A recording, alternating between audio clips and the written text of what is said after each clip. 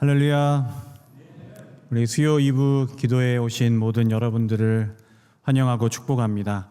우리 좌우에 계신 분들과 한번 이렇게 인사하겠습니다. 예배함이 우리의 힘입니다. 인사하겠습니다.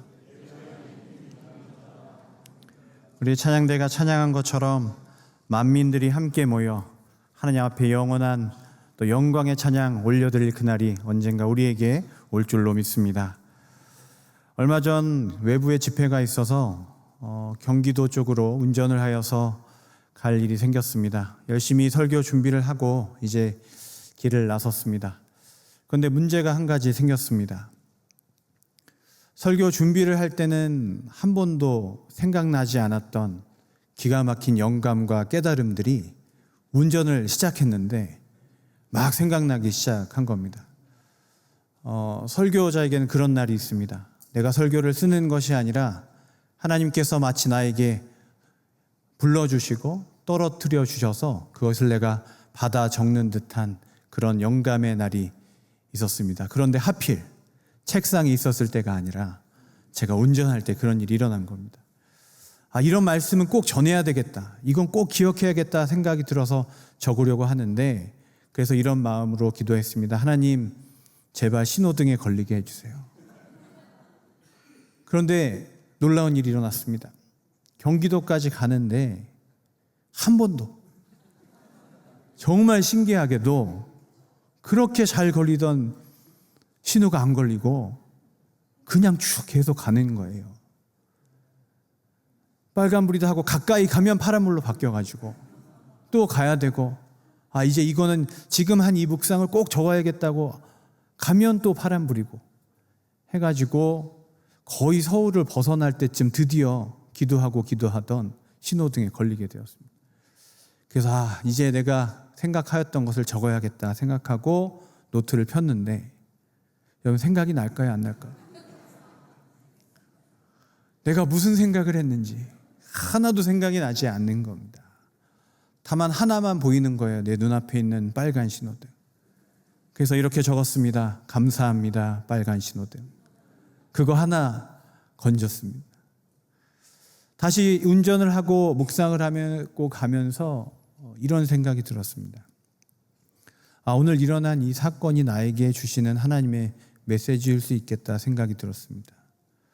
계속 내가 무언가를 향하여 질주하고 달려가다 보면 무엇을 놓치게 됩니까? 그 말씀이 나에게 새겨지는 시간, 그 말씀이 나에게 완전히 기억되어서 나의 삶 속에서 뗄 수 없는 그런 말씀이 되는 순간들을 잊고 계속 달려가게 된다는 것입니다. 나의 멈춤이 있어야 그 말씀이 나를 스쳐 지나간 수많은 그 눈부신 말씀들이 흩어지지 않고 하나님이 내게 주시는 영적 신호등 앞에 내가 정지하여 그것을 나의 삶과 영혼과 육신과 일상에 새겨 넣는 그 시간이 꼭 필요하겠다 생각이 들었습니다. 여러분, 우리가 함께 드리는 이 수요 2부 기도회가 여러분에게 영적인 빨간 신호등이 되시기를 축복합니다. 일주일 열심히 살아가다가도 나에게 다시 말씀이 필요하다 생각되시면 언제든지 우리 수요일에 이렇게 예배의 자리로 나오시기를 축복합니다. 오늘 우리가 함께 나눈 예언서 말씀도 이런 의미를 가지고 있습니다. 하나님의 백성인 이스라엘 백성, 남유다 백성들의 세속적인 질주 앞에 놓인 하나님의 신호등입니다. 이제는 이쯤에서 멈추지 않으면 너희는 말씀도 있고 어디로 가는지도 모르게 왜 빨리 가야 하는지도 깨닫지 못한 채 낭떠러지로 추락하게 될 것이니 너희는 여기서 멈추어야 한다라고 말씀하는 것이 이 예언서입니다. 오늘 이 예언서의 말씀을 통해서 이 위기의 시대에 하나님께서 어떻게 우리 가운데 일하시고 계시는지를 세 가지 질문을 중심으로 살펴보려고 합니다. 첫 번째 질문은 이것입니다. 하나님은 하나님의 사람을 어떻게 준비시키시는가? 그리고 두 번째, 하나님은 하나님의 사람을 무엇으로 세우시는가? 그리고 마지막 세 번째 질문은 하나님은 하나님의 사람을 어떤 사람으로 인도하시고 만들어 가시는가라는 질문입니다. 첫 번째, 하나님은 하나님의 사람을 어떻게 준비시키시는가? 오늘 본문 1절의 말씀을 한번 같이 읽도록 하겠습니다. 화면이 나오면 같이 읽겠습니다. 함께 읽습니다. 아몬의 아들 유다 왕 요시야의 시대에 스바냐에게 임한 여호와의 말씀이라. 스바냐는 히스기야의 현손이요 아마리아의 증손이요 그다리아의 손자요 구시의 아들이었더라. 아멘. 많은 예언서, 대부분의 예언서에는 이렇게 첫 절에 표제라는 것이 등장합니다. 이 표제에는 이 선지자가 어떤 사람인지, 또 어떤 시대에 이 말씀이 선포되었는지 하는 많은 정보들이 담겨져 있는 이 표제가 거의 다 있습니다. 그런데 유독 많은 예언서 중에서도 이 스바냐서만이 가진 독특한 특징이 하나 있습니다. 여러분 발견하실 수 있겠습니까? 어떤 특징이 있느냐? 보통 선지자의 족보와 혈통을 이야기할 때 보통 아버지나 할아버지 정도, 많아야 1대나 2대의 이 조상들의 혈통을 밝히는 것이 대부분인데, 오늘 이 스바냐의 표제에는 몇 대까지 기록되어 있습니까? 4대까지 기록되어 있습니다. 위로 4대. 이제 본인이 5대째죠. 왜 이 4대까지의 족보를 장황하게, 어떻게 보면 너무나 자세히 기록하였을까 우리는 생각해 볼 필요가 있다는 것입니다. 이 삶의 궤적들, 영적인 조상들이 살았던 그 시대와 그 영적 궤적이, 그리고 스바냐가 살았던 그 어떤 영적인 여정이 우리에게 어떤 메시지가 되지는 않을까 생각해 볼 필요가 있다는 것이죠. 4명의 여러분 조상들 중에 우리의 눈에 익숙한 한 사람의 이름이 등장할 겁니다. 누구의 이름이 있습니까? 히스기야 왕이 있습니다. 이것을 보면 스바냐의 혈통을 알 수 있습니다. 그는 왕족이었습니다. 또 하나 알 수 있습니다. 그는 왕이 되기를 실패한 왕족의 후예입니다. 히스기야 이후의 왕은 므낫세 왕이 되고, 그 다음의 왕이 오늘 본문에 나온 아몬입니다. 바로 첫 단어죠. 아몬의 아들. 히스기야 다음에, 히스기야는 좋은 선한 왕이었습니다. 그런데 그 아들인 므낫세는 악한 왕으로서 55년간을 통치합니다. 그리고 그 다음에 오늘 본문에 나온 아몬이라는 왕은 2년만 통치하다가 암살당하여 당시에 8살이었던 요시야 왕이 즉위한 그때에, 그 시대에 이 스바냐가 부름을 받았습니다. 연대기적으로 추적해 보면, 그러면 스바냐는 언제 태어난 것이 되냐면 가장 악한 왕이었던 므낫세 왕 때에 출생한 것이 됩니다. 그의 일생을 우리가 다 알 수는 없지만 이 표제를 통해서 유추할 수 있는 몇 가지 사실들이 있는 것이죠. 그는 실패한 왕족이었습니다. 또 그의 이름의 뜻이 함축하고 있는 그의 인생의 어떤 여정도 짐작할 만합니다. 그의 이름의 뜻, 스바냐의 뜻은 하나님께서 숨기셨다라는 뜻입니다. 부모님의 이름, 조상들의 이름에 비해서는 너무나 보잘것없어 보이는 이름입니다. 히스기야, 하나님께서 나를 강하게 하셨다. 하나님은 나의 힘이시다. 그 다음 조상의 이름이 무엇입니까? 아마리아, 하나님이 말씀하신다. 그다리아, 하나님은 위대하시다. 이 랴나, 야로 끝나는 것은 다 하나님의 이름이 포함되어 있는 거죠. 야훼, 하나님을 포함하고 있습니다. 근데 스바냐의 이름은 조금 보잘것없어 보입니다. 하나님께서 숨기신다. 므낫세 왕 때의 통치를 보면 가장 영적으로 어두운 시기입니다. 어떤 시대냐? 우상 숭배를 하고 가나안 족속의 악한 풍습인 인신제사, 사람을 제물로 드리는 예배의 풍습까지도 받아들이고 정적인 암투도 있었고, 그리하여서 므낫세의 통치를 표현하기를 무고한 피를 많이 흘렸더라라는 기록이 있습니다. 그러면 스바냐의 일생을 우리가 유추해 보면 이렇게 유추할 수 있겠습니다. 그는 하나님께서 숨기지 아니하시고는 살 수 없는, 안전이 보장되지 않은, 생존해야 하는, 남아 있어야 하는 그런 시대를 살았습니다. 그래서 그의 아버지는 그의 이름을 스바냐, 하나님께서 숨기신다, 하나님께서 남기셔서 언젠가 다가올 은혜의 때를 준비하는, 그날을 준비하는 그런 사람으로 살게 된 것이 아닌가 생각하게 됩니다. 첫 번째 질문으로 돌아갑니다. 하나님께서는 하나님의 사람을 어떻게 준비시키셨습니까? 4대에 걸쳐서 오랫동안 인내로 준비시킴으로 세대에 걸쳐서 준비시키셨습니다. 여러분, 우리는 기다리는 것을 못합니다. 하나님 복을 주시려면 누구 때에? 이왕이면 내 때에. 적어도 내가 볼 수 있는 우리의 자녀의 때에 하나님의 일이 일어나길 원합니다. 여러분의 5대째의 복을 주신다면 여러분 어떻게 기도하실 것 같습니까? 지금 네가 구한 것 5대째에 이루어질 거야. 이렇게 하면 여러분 어떻게 하시겠습니까? 하나님 조금 땡겨주시면 5대는 제가 좀 그래 이루어지는지를 봐야 되지 않겠습니까? 하지 않겠습니까? 우리의 마음이죠. 조급한 마음이죠. 우리의 생각이죠. 우리의 시간표와 하나님의 시간표는 좀 다르다는 것입니다. 하나님께서 숨기시는 것, 세상 가운데 남아있는 것, 조금 작아지는 것이 결코 세상 가운데 실패하거나 거절되거나 지연된 것이 아니라 하나님의 관점에서는 이것은 성숙이요 숙성인 줄로 믿습니다. 제가 뉴스를 보다가 재미있는 뉴스를 보았습니다. 포도주 이야기인데요. 포도주가 숙성도에 따라서 그 가격이 천차만별이라고 합니다. 그래서 최근에 실험을 하여서 14병, 12병인가요? 12병인가 14병인가 하는 포도주를 어디로 가져갔냐면 우주로 가져갔습니다. 우주 정거장에 좋은 포도주를 가서 14개월을 숙성시켰습니다. 그래서 그것을 땅에 가지고 와서 그것을 맛을 보았더니 이 땅에서는 나올 수 없는 이 감별하시는 분들의 평가가 미묘한 차이가 있다 라고 하면서 이것이 경매에 나왔습니다. 예상 경매 가격이 얼마인지 아십니까? 11억에서 15억 사이랍니다. 방금 미쳤다고 누가 말씀하셨는데 저희가 상상할 수 없는 그 가격이 나온 거예요. 제가 그 기사를 보고 궁금해서 포도주 인터넷 최저가를 검색해 봤습니다. 최저가는 얼마인가? 2,700원. 배송비 별도 써 있더라고요. 아마 배송비가 더 비쌀 겁니다.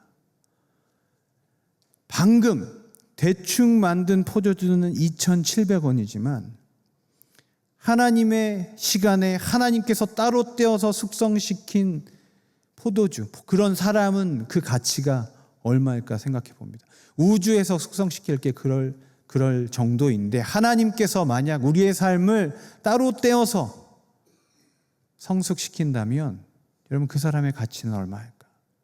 이 스바냐의 가치라고 생각합니다. 여러분 지연된 것이 아닙니다. 숨겨진 것이 아닙니다. 하나님의 영적인 가치가 높아져 가고 있다고 믿습니다. 하나님께서 우리를 숨기시는 이유라고 생각합니다.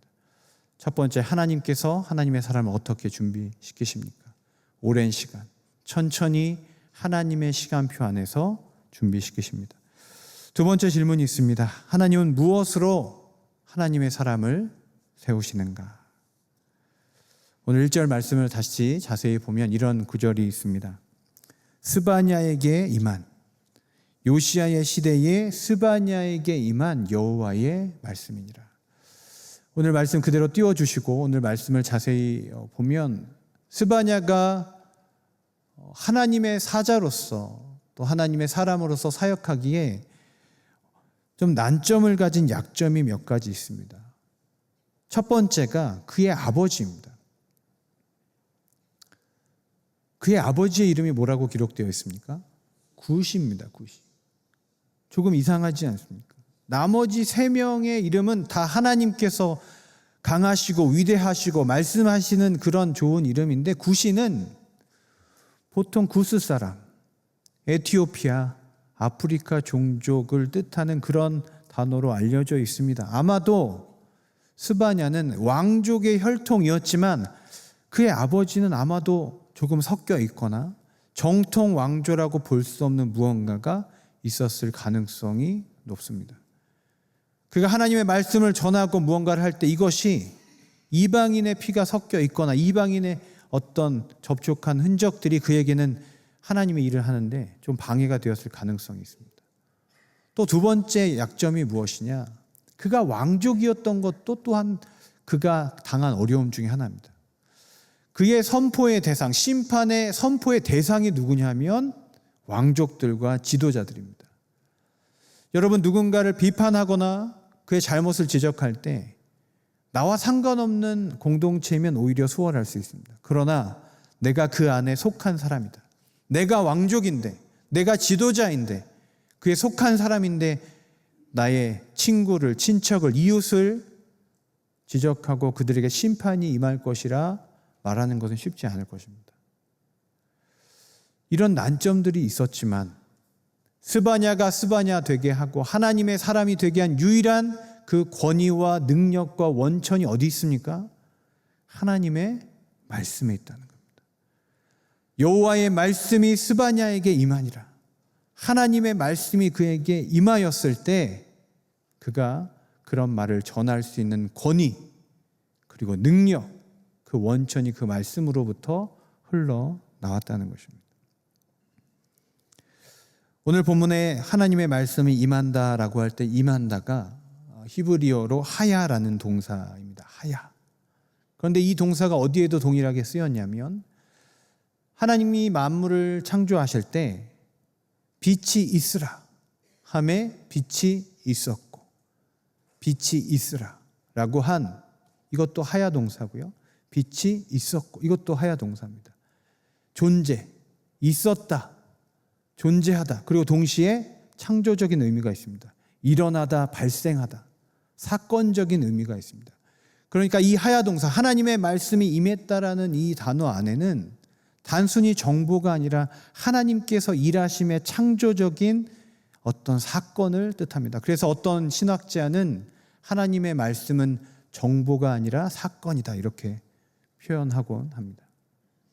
하나님의 말씀은 우리에게 이전으로 돌아갈 수 없는 유일한 사건이 된다는 것입니다. 이것이 하나님의 말씀이 나에게 임했다는 뜻입니다.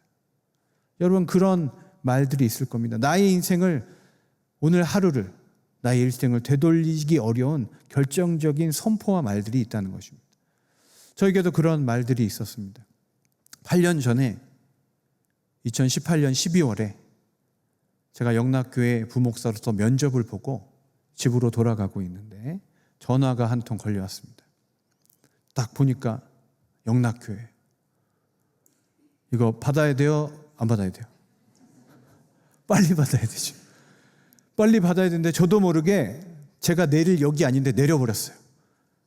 내린 다음에 전화를 받았더니 그때 이제 주관하셨던 목사님께서 말씀하셨습니다. 목사님, 합격입니다.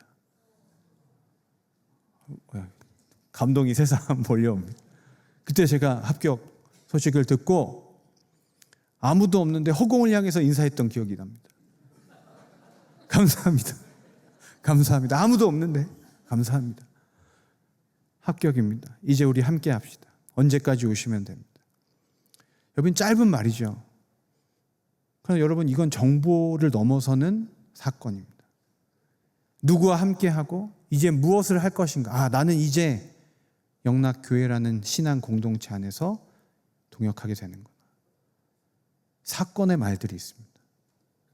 결혼할 때 부부가 되었음을 선포하노라. 사건이 되는 말씀들입니다. 말씀이 임했다는 것이 이런 의미입니다. 여호와의 말씀이 우리에게 임하면 이전으로 돌아갈 수 없는 하나님의 인도하심과 강력한 사건들이 나를 통해서, 나의 말을 통해서, 우리를 통해서 일어나는 그런 사건이 되는 말씀이 우리를 세운다는 것입니다. 역설적이게도 스바냐는 많은 족보를 기록하였지만 그의 유일한 권위는 무엇입니까? 하나님이 그에게 말씀하셨고 말씀으로 그에게 임하셨다는 그 한 가지가 그가 말할 수 있는 유일한 권위와 능력이 되었다는 것입니다. 여러분, 하나님의 사람을 무엇으로 세우셨습니까? 하나님의 말씀으로 세웠다는 것입니다. 마지막 세 번째로, 하나님께서는 하나님의 사람을 그럼 어떤 사람으로 만들어 가시는가? 세 가지로 요약할 수 있겠습니다. 오늘 스바냐서를 여러분에게 숙제로 내드리겠습니다. 오늘 저녁에 돌아가셔서 월드컵 뉴스도 검색해 보시지만 스바냐서도 한번 읽어 보시면서 스바냐가 그렇다면 어떤 메시지를 세상에 전했는지를 한번 잘 보시기 바랍니다. 첫 번째로, 하나님의 사람은 세상 가운데 진노를 해석하는 사람입니다. 한번 따라해 보겠습니다. 진노를 해석하는 사람. 왜 우리가 이렇게 되었는지, 왜 이렇게 처절하게 우리가 고생하고 억압 가운데 힘들어하고 어둠 가운데 있는지를, 이 하나님의 진노를 해석하고 질문할 수 있는 사람으로 세우십니다. 세상에 질문하는 사람이에요. 해석해 주는 사람이에요. 제가 최근에 인상적인 드라마를 하나 보았습니다. 제가 제목을 말씀드리면 성경을 안 보시고 그걸 볼 것 같아서 제목은 말씀 안 드리겠습니다. 대한민국의 교육의 현실을 폭로하는 그런 작품입니다. 저도 한 편 보려다가 다 봐버렸습니다. 그런데 돌아보면서 가장 기억나는 장면이 하나 있습니다. 어떤 학생이 있었습니다. 공부도 열심히 하고 싶고 학교에서 무언가를 이루고 싶은, 그래도 선량하고 모범적인 학생이 있었는데 주변의 학생들이 너무 괴롭히고 힘들게 하고 공부도 못하게 하고 여러 가지 어려움으로 괴롭힘을 당하는 한 학생이 있었어요.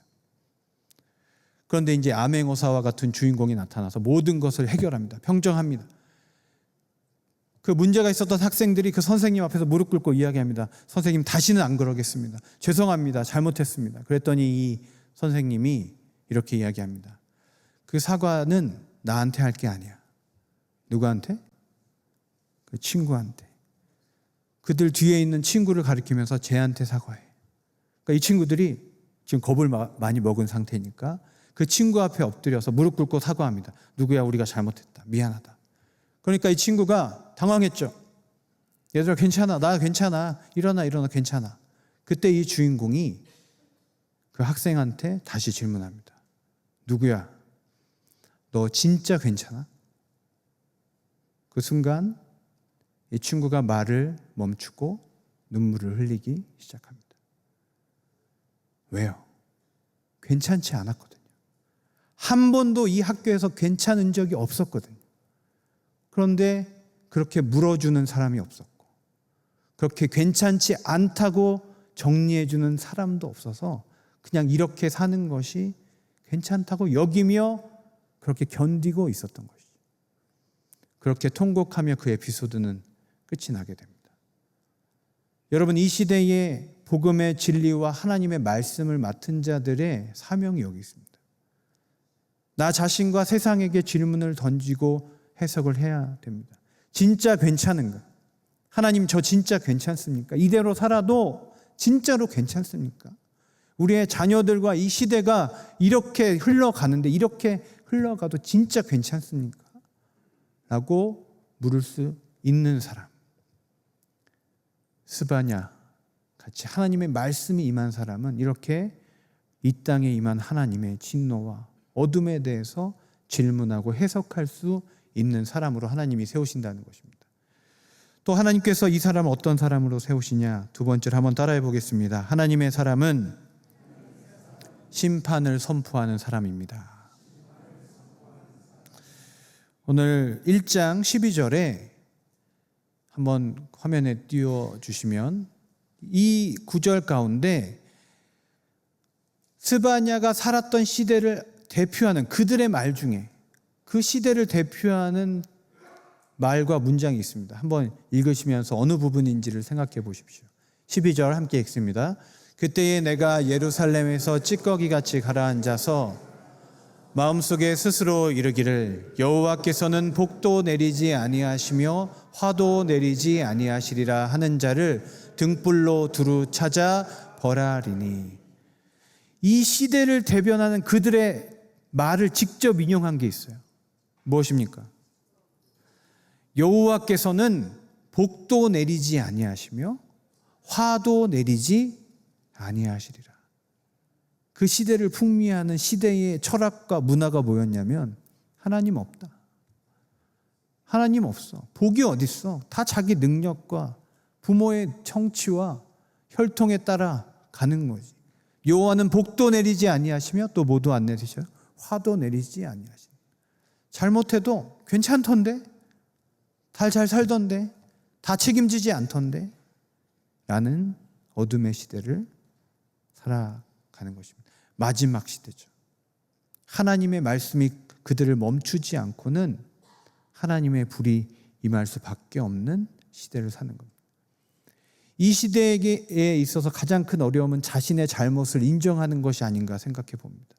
회개라는 단어가 생소하고 잘못을 인정하고 뉘우치면 그것이 마치 약한 사람이나 그렇게 하는 것처럼 치부되는 세상을 살아갑니다. 죄에 대해서 이야기할 때도 그 죄성 자체, 그 죄를 책임지고 뉘우치는 것보다는 환경과 구조와 심리를 이야기합니다. 그런데 여러분, 우리는 꼭 생각해 보아야 합니다. 과연 이 시대가 너무나 좋은 환경을 만들고 좋은 심리 상태를 관리해주고 구조를 만들면 과연 모든 문제가 해결될까? 저는 아니라고 봅니다. 우리는 압니다. 우리가 악하기 때문에. 아무리 좋은 환경에서도, 아무리 좋은 정신 상태에서도 자유가 극대화되면 우리의 마음은, 우리의 삶은 악한 것으로, 우리의 욕망을 최대화하는 대로 그 자유와 좋은 환경들이 흘러갈 것입니다. 그때 다시 묻게 될 것입니다. 그러면 우리는 어디로 가야 하는가? 이 죄의 문제를 과연 어디서 해결할 것인가? 우리는 다시 그때 묻게 될 것입니다. 하나님의 사람은 이 역할을 해야 됩니다. 죄에는 책임과 결과가 따르는데 이 죄의 문제 어떻게 해결할 겁니까? 교회에 와서 예수 그리스도의 이야기를 한번 들어보십시오. 이 죄의 문제를 선포할 수 있어야 한다는 것입니다. 이 진노의 불, 하나님의 불에 대한 우리 역할이 필요하다는 것입니다. 제가 산불에 대한 자료를 읽다가 아주 흥미로운 것을 읽게 되었습니다. 산불이요, 통제 가능한 산불은 생태계에, 산에 오히려 유익하답니다. 왜 유익할까? 이유가 그럴듯합니다. 왜냐하면 어떤 산이 오래되고 아무런 변화가 없으면 다양성이 사라진다는 거예요. 경쟁을 해서 살아남는 종만 그 산에 가득해서 한 가지 종으로 그 산이 가득하게 돼서 생태적으로는 그렇게 건강하지 않을 수 있다는 거예요. 경쟁에서 이긴 것만 살아남고 나머지는 다 죽습니다. 그렇게 10년, 20년. 그런데 작은 산불이 일어나서 그것이 다 타버리면 어떻게 되냐? 갑자기 볼 수 없었던 새싹들이, 강한 종이건 약한 종이건 새로운 종들이 거기서 똑같이 새싹이 올라와서 새로운 동산이 시작된다는 겁니다. 생태적으로는, 단기적으로는 그것이 황폐해 보이지만 장기적으로 보면 그것이 건강할 수 있다는 거예요. 통제 가능한 산불은 뭐예요? 오히려 유익하다는 거예요. 또 두 번째 이유가 작은 불이 큰 불을 막을 수 있다는 거예요.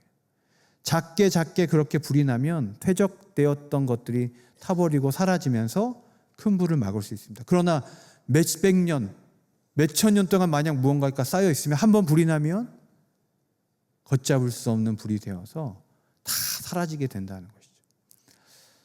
저는 하나님께서 우리에게 주시는 이 심판의 불이 동일하다고 생각합니다. 하나님의 통제 아래, 하나님의 힘 아래에 있는 진노의 불은 여러분 우리의 삶을 새롭게 할 줄로 믿습니다.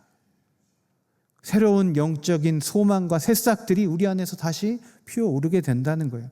더 큰 불이 내 인생에 오기 전에 지금 작은 불들, 작은 문제들이 여러분의 문제들을 하나님 앞에 나오게 할 때 그것이 여러분들을 새롭게 할 수 있다는 것입니다.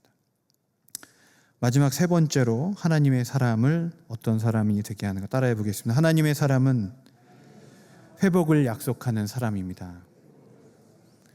오늘 스바냐 마지막 절에 3장 17절이 있습니다. 한번 띄워주시면, 스바냐서를 아마 한 번도 안 읽어보신 분도 이 구절은 아마 보셨을 거예요.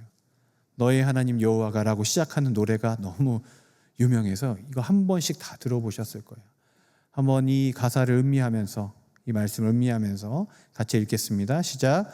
너의 하나님 여호와가 너희 가운데 계시니 그는 구원을 베푸실 전능자이시라. 그가 너로 말미암아 기쁨을 이기지 못하시며 너로 말미암아 즐거이 부르며 기뻐하시리라. 아멘. 스바냐는 가장 어두운 시대에 태어나서 가장 심각한 실패의 말씀을, 심판의 말씀을 전하지만 그 마지막은 회복의 약속과 소망과 노래로 끝이 납니다. 그는 어두운 시대의 남은 자였습니다. 그리고 그의 시대는 하나님의 심판이 곧 임박한 어둠의 시대였습니다. 근데 그의 노래에 주목해 보시기 바랍니다. 남은 자의 노래는 결국 임하실 하나님의 회복. 그것도 너무나 아름답고 따뜻하고 너의 하나님 여호와가 너희 가운데 계시니. 좋고 행복한 시대가 아닙니다. 가장 어두운 시대, 요시야의 시대, 악행이 있는 이 시대에 말씀을 전한 그가 하나님의 꿈을 꿉니다. 여러분, 요시야가 8살에 즉위하여서 그가 종교개혁을 단행하게 됩니다. 그런데 많은 주석가들이 그 요시야에게 가장 큰 영향을 미친 선지자가 누굴까라고 할 때 우리는 스바냐를 꼽습니다. 스바냐의 지금 이 말씀과 진노의 심판이 어린 요시야에게 전해지고 그의 왕의 통치에 영향을 주어서 스바냐의 이 말씀이 그냥 거기서 끝난 것이 아니라 요시야의 개혁으로 이어졌다고 많은 사람들이 그렇게 이야기합니다. 그의 소망이 이루어졌습니다. 실제로 완벽하지 않지만 그 시대에 회복을 이루어냈다는 것입니다. 제가 그렇게 운전을 하고 도착한 곳에는 조금 특별한 우리 예배자들이 모여 있었습니다. 청소년 보호시설이었습니다. 소년원을 가기에는 조금 경미한 명령을 받은 여학생들이 12살부터 19살까지의 형을 받은 여학생들이 6개월 동안 함께 모여서 그 형을 살아야 하는 복지시설이었습니다. 말씀을 전하고 그들과 면담을 했는데 정말 많은 이야기 중에 제가 충격도 받고 또 안타까움도 들고 여러 가지 대화를 했습니다. 그런데 돌아보고 묵상할수록 가장 저의 마음에 와닿는 한마디가 있었습니다. 예배가 끝나고 16살 학생 2명과 면담을 했는데 너무나 쾌활해요. 기도 제목 물어봤더니 여기 나가면 문신을 할 건데 문신 잘 나오게 해달라고 저한테 기도 부탁을 했어요. 이걸 어떻게 해야 되나. 그래서 그래, 아름답게 잘 나왔으면 좋겠다. 기도해주고. 그런데 그 기도 제목 마지막에 기도 제목 나누는 중에 제 왼쪽에 있었던 학생이 이렇게 묻더라고요. 목사님, 하나님 진짜 있어요? 그러는 거예요. 그냥 쉽게 넘길 수 있는 질문이라고 생각했습니다. 그리고 가볍게 대답할 수도 있죠. 그런데 문득 이런 생각이 들었습니다. 지금 이 학생에게는 나의 이 대답이 처음이자 마지막일 수도 있겠다. 그리고 이 친구도 이런 질문을 아마 처음이자 마지막으로 여기서 할 수도 있겠다. 그래서 저도 대답을 아주 한자 한자 힘주어 전했습니다. 누구야? 하나님 진짜 있어. 진짜 계셔. 내가 아까 기도하는 법 가르쳐줬지. 기도해봐. 도와주셔. 함께 하셔. 바뀔 수 있어. 변할 수 있어. 갑자기 진지해져가지고 얘가 놀랬어요. 그래서 교회 한번 가보겠대요. 나와서 교회 가보고 교회 오빠를 꼭 만나보겠대. 그래서 그러면 교회 오빠는 문신은 좋아하지 않아. 그러니까 작게 하면 좋겠다. 이렇게 권면을 드리고 나왔습니다. 저는 회복을 믿습니다. 변화도 믿습니다. 그 교정시설에서 일하는 분들은 그런 회의가 들곤 한다고 합니다. 사람은 안 변한다. 그냥 격리시키는 거지 변화는 없다. 이렇게 그냥 자조하는 목소리도 들었어요. 근데 저는 그분에게 다시 우리는 불가능하고 그들도 불가능하지만 하나님의 말씀은 가능하다고 믿습니다. 그들이 변할 것입니다. 그들에게 이 노래가 동일하게 들렸으면 좋겠어요. 너의 하나님 여호와가 너희 가운데 계시니 그는 구원을 베푸실 전능자이시라. 그가 너로 말미암아 기쁨을 이기지 못하며 너를 잠잠히 사랑하시며 너로 말미암아 즐거이 부르며 기뻐하시리라. 그 16세 소녀들을 축복하면서 저는 회복을 믿습니다. 그가 말씀이 사건이 되는 사건으로 만약 저의 말이 하나님의 은혜로 말미암아 언젠가 그의 인생 가운데 생각나서 교회를 두드린다면, 또 그곳에서 또 기적과 같이 하나님의 은혜를 입은 누군가에게 또 말씀의 사건을 경험한다면 얼마든지 언제든지 회복과 기적의 역사는 일어날 줄로 믿습니다. 여러분, 말씀을 정리하겠습니다. 어두움의 시대에 스바냐는 오랜 하나님의 준비하심 끝에 하나님의 일을, 사명을 받습니다. 그가 세워지면 자신의 능력과 성취나 족보 때문이 아니라 오직 하나님의 말씀으로 세워진 것이었습니다. 그의 사명은 세상에게 질문을 던지는 것, 해석하는 것, 심판을 선포하는 것, 죄에 대해서 이야기하는 것, 그리고 죄 심판에서 끝나는 것이 아니라 하나님의 거룩한 그 산불은, 내 인생의 그 산불은 나를 새롭게 하는 것임을 알고 믿고 전하는 것이었습니다. 여러분, 스바냐의 그 인생이 우리의 인생 되시기를 축복합니다. 오늘도 말씀이 사건이 되어서 나의 삶이 주의 말씀이 이끄시는 대로 걸어가고 순종하는 하나님의 좋은 백성들 되시기를 축복합니다. 기도하겠습니다. 사랑과 은혜의 하나님, 감사합니다. 오늘 스바냐 말씀을 통해서 이 시대에 필요한 말씀, 마음에 새겨야 할 말씀을 내가 만약 들었다면 잠시 멈추어 나의 마음과 생각과 삶에 새길 수 있도록 주님 도와주시옵소서. 지금도 하나님, 복음이 없어서, 소망이 없어서 세상에 향락을 쫓아 즐거움을 쫓아 아무것도 찾지 못해서 오로지 그것만이 전부인 양 살아가는, 죽어가는 영혼들이 있습니다. 하나님, 이대로 정말 괜찮습니까? 저희는 정말 괜찮은 것입니까? 우리가 묻고 답하며 주의 말씀을 사모하는 한 사람으로, 전하는 한 사람으로 살게 하여 주시옵소서. 스바냐, 여호와께서 숨기시는 사람들이 있습니다. 하나님, 주님의 말씀을 잘 담고 이 시대를 살아남게 하여 주시옵소서. 살아내게 하여 주시옵소서. 우리의 때가 아니더라도 다음 때에 우리의 자손의 자손에 하나님의 때가 이르면 우리의 자손 중에 한 사람이, 영락교회 다음 세대 중에 한 사람이 스바냐처럼 분연히 일어나 하나님의 말씀을 전하게 하여 주시옵소서. 감사하며 예수 그리스도의 이름으로 기도드립니다. 아멘.